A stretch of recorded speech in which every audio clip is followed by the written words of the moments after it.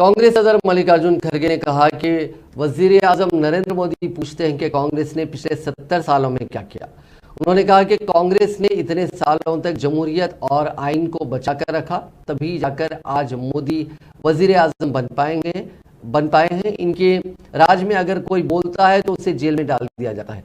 कांग्रेस सदर मल्लिकार्जुन खड़गे ने जुमेरात को दिल्ली के तालकटोरा स्टेडियम में महिला कांग्रेस ब्लॉक के सुदूर और ओहदेदारों को मुखातिब करते हुए ये बातें कही। हमने कहा आप यहाँ आके मणिपुर के बारे में बोलिए, पार्लियामेंट में बोलिए। हमने बहुत उनको रिक्वेस्ट किया, लेकिन वो नहीं आए। लोकसभा में आए जब अविश्वास प्रस्ताव वहां रखा गया, नो कॉन्फिडेंस मोशन, उस वक्त आए। अब राज्यसभा में नहीं रख सकते हम, क्योंकि वहां वो रूल्स नहीं है। तो और हम क्योंकि वो चुने हुए लोकसभा से होते हैं, तो वहां पर ही वो कर सकते हैं। तो हमारे पास तो उधर देखे भी नहीं।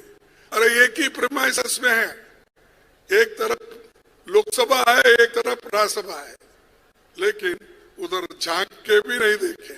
और वो ये समझे कि राज्यसभा में जाना ये पाप है, इसीलिए उधर कदम भी नहीं रखे।